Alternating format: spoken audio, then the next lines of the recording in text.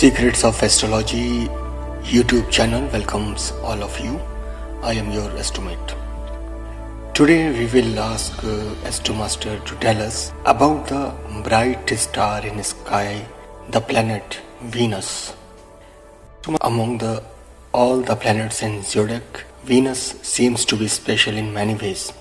It is the Marak or death inflector in the natural zodiac, that is in the horoscope of the Kalpurush. It is the only planet that becomes strong in the 12th house of the birth chart. It is also called Mahalakshmi in Vedic astrology, and at that same time it is known as the planet of Bhog, that is enjoyment and luxury, or the planet of fun or ecstasy. So I would request you, Master, to tell something about this fascinating bright star of the zodiac with reference to the special role in the 12th house of the birth chart. Astromaster.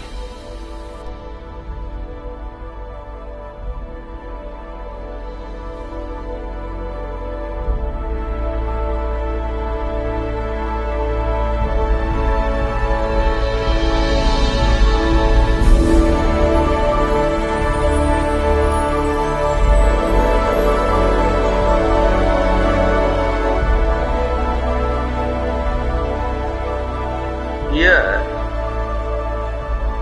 you have touched upon a very important issue of the Vedic astrology. It is exactly true that Venus is a very special and fascinating planet in the horoscope, but the people in general have failed to get at its true and real imports. Astrologers normally remain confined only to its sensual aspects, and they often fail to look into the spiritual side of this brilliant planet. That is the one thing. The other thing is that if one concentrates on the disposition of Venus in the nativity, many hidden faculties in the personality of the native can be gleaned through. So, let us first look on the house owned by Venus in the natural zodiac.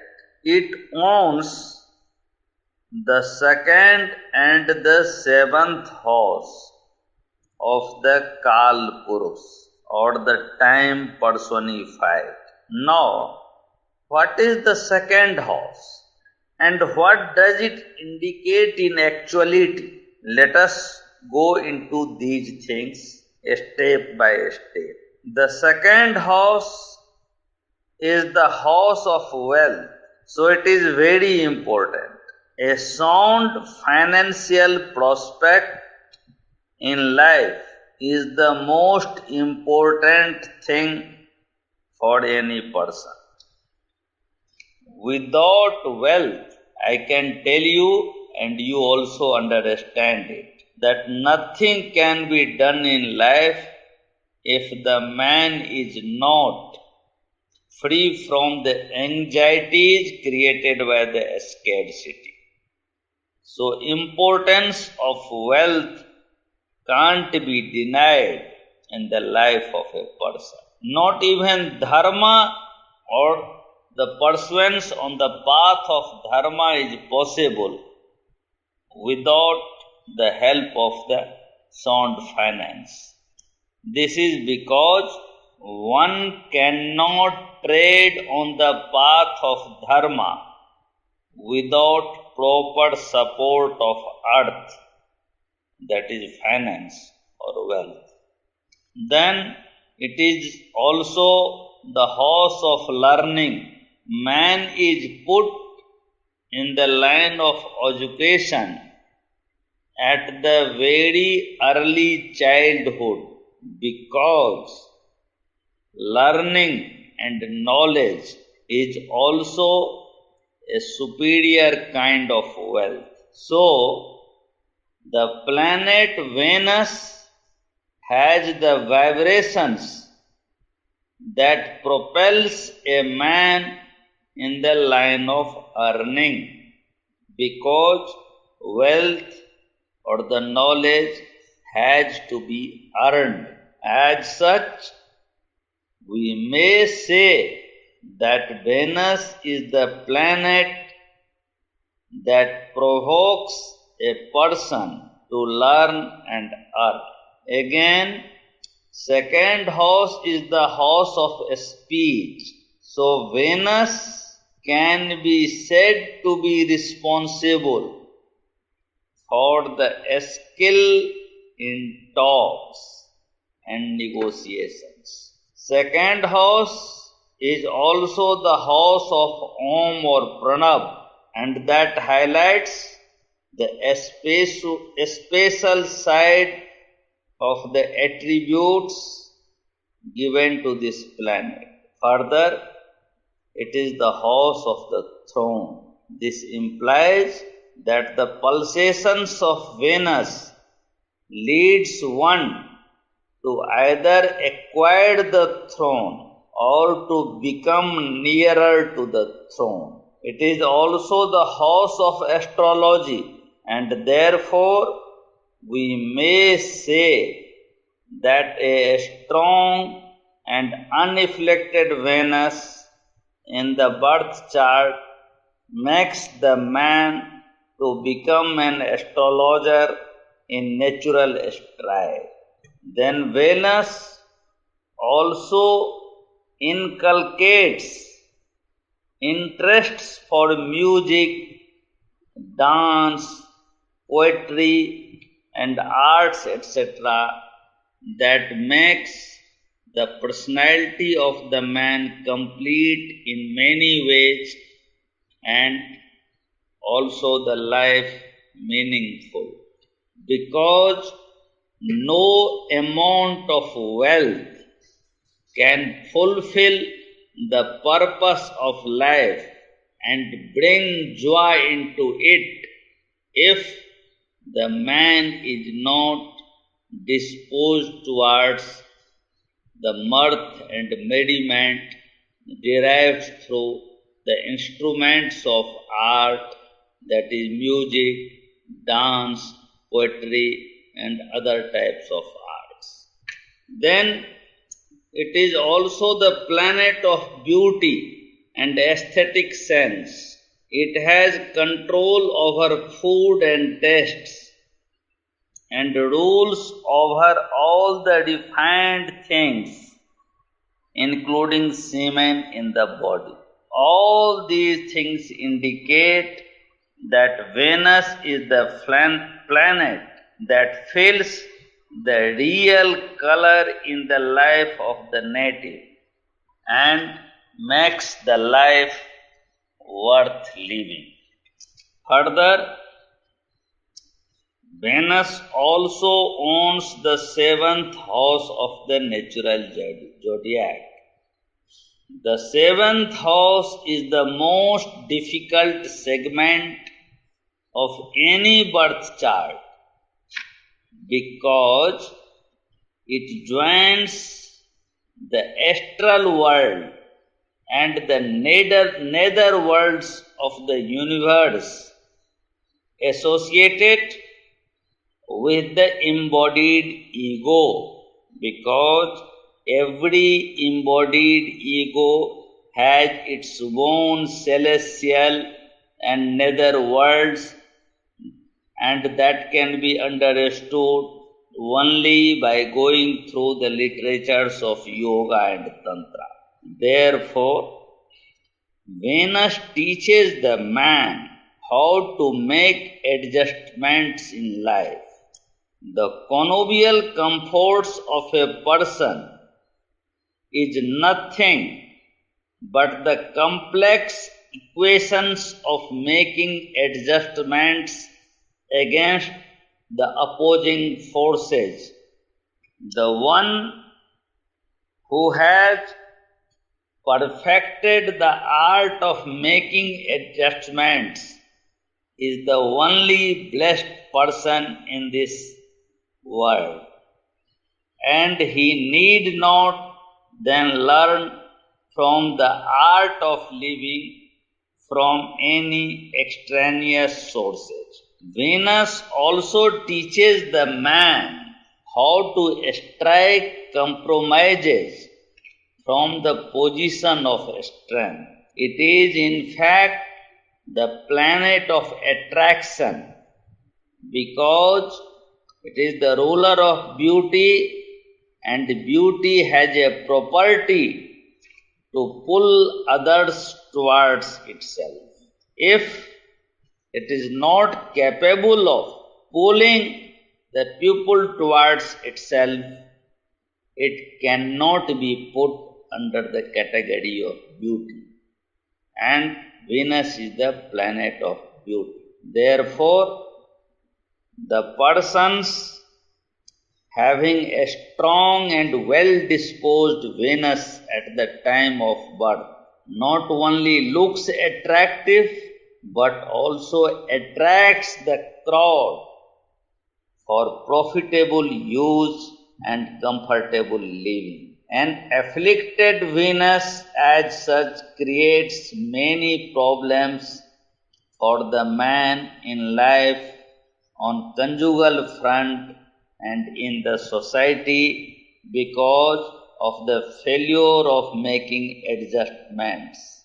Therefore, we may say that Venus is also the planet of discord and disharmony in life, because once one fails to make adjustments and compromises, he enters into the horrible zone of quarrels and attracts many situations that breaks the harmony and comforts in life.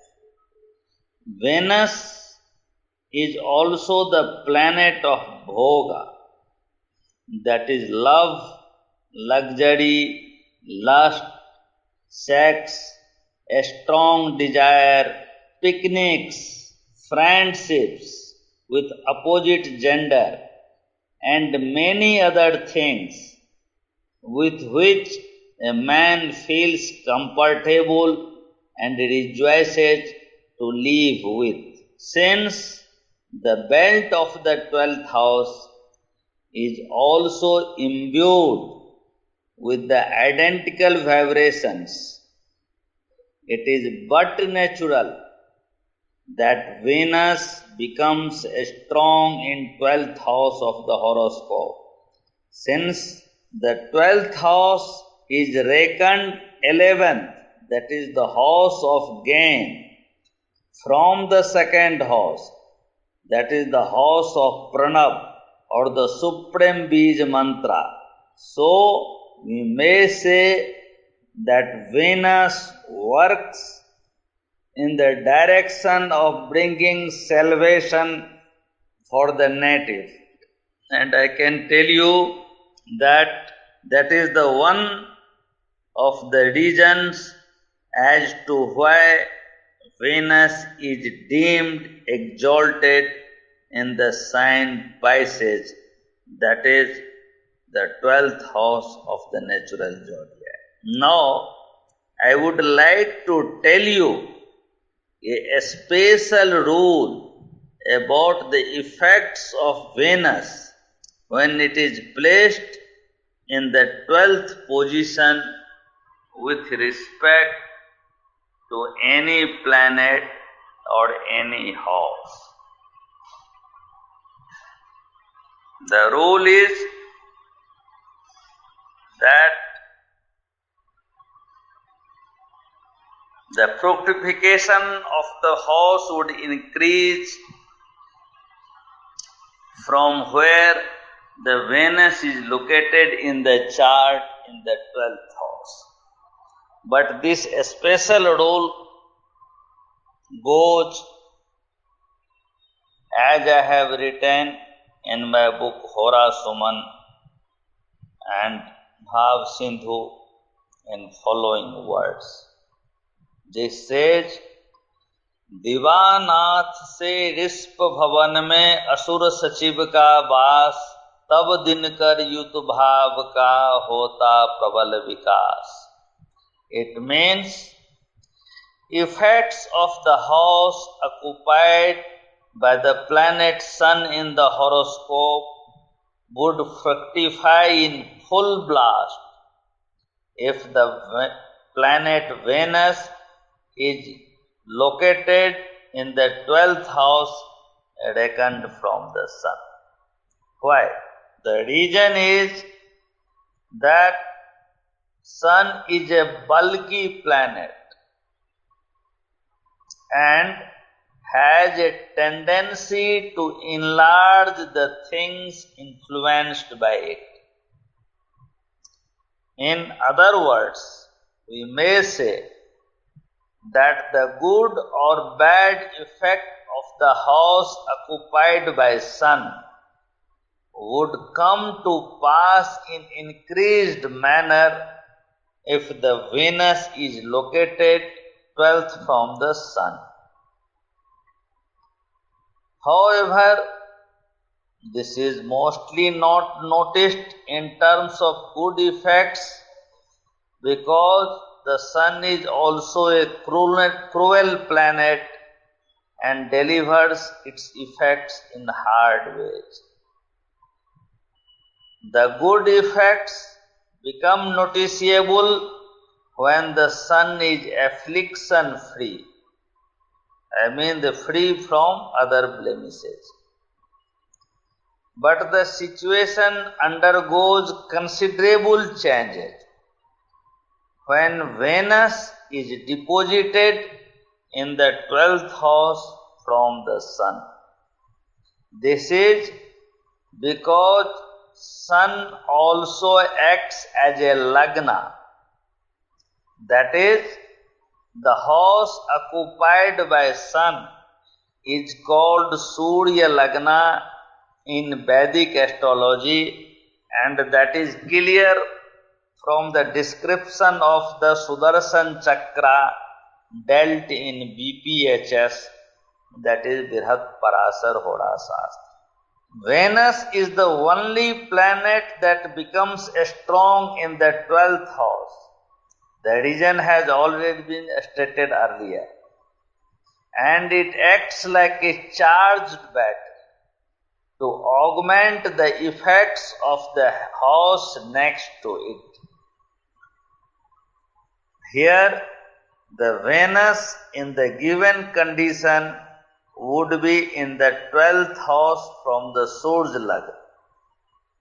Therefore, the effects of the house tenanted by the planet Sun would come to pass in increased manner. Now suppose the Venus and the Sun are located in the same house. What would happen? This rule would apply even then if longitudinally the Venus is behind the Sun. If the Venus is behind the Sun in any house occupied by both of these planets, the fructification of the attributes of that house would increase unexpectedly. I can tell you that in practical cases, it has been noticed that this rule applies even when both the Sun and Venus are conjoined in the same house, as I have told just now. Provided Venus remains degreically behind the Sun. In case of Venus and Mercury, The concept of combustion does not apply effectively as given in the text till they are not numerically very close or nearly onto the same degree to the sun. But while applying this principle, one must also keep in mind the principles stated elsewhere in the text.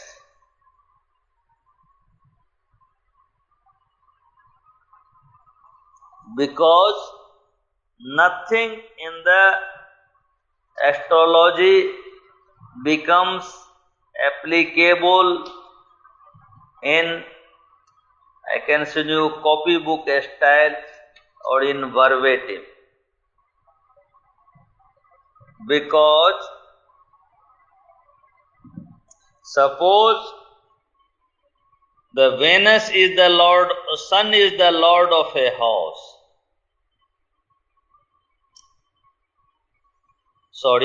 If Sun is in debilitation in a house and Venus is behind it, then Venus will only work to increase the virulent propensity of the Sun, and in that case, Sun will create more problem with respect to that house or the house owned by it in the nativity. What I mean to say, that while applying any rule,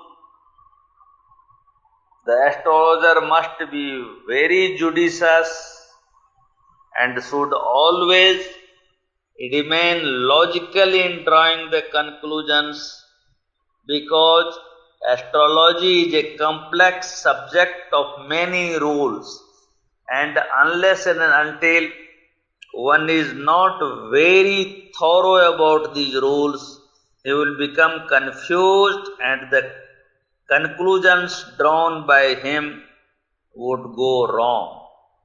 Nowadays, what is happening, that people or most of the astrologers, I can say, that don't lay a stress on learning the basic principles or the pristine principles of astrology given in the text in a scattered manner for delineation of the horoscope, and they simply pick up one segment or other thread and start flaunting and shouting about the effect.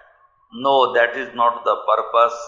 Astrology is a very grave subject, and when you say that it is the Ved Chakshu, that is the inner eyes of the Vedas, then it also demands that much serenity, that much quietude, that much gravity, which is expected from the scholar of a Veda. So, astrology is a tough subject.